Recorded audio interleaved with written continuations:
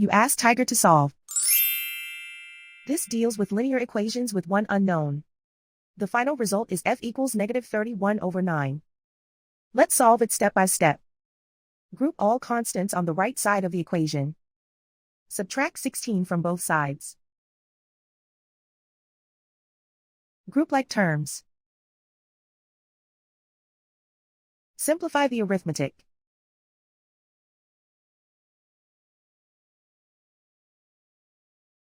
Isolate the f. Divide both sides by -9. Cancel out the negatives. Simplify the fraction. Move the negative sign from the denominator to the numerator.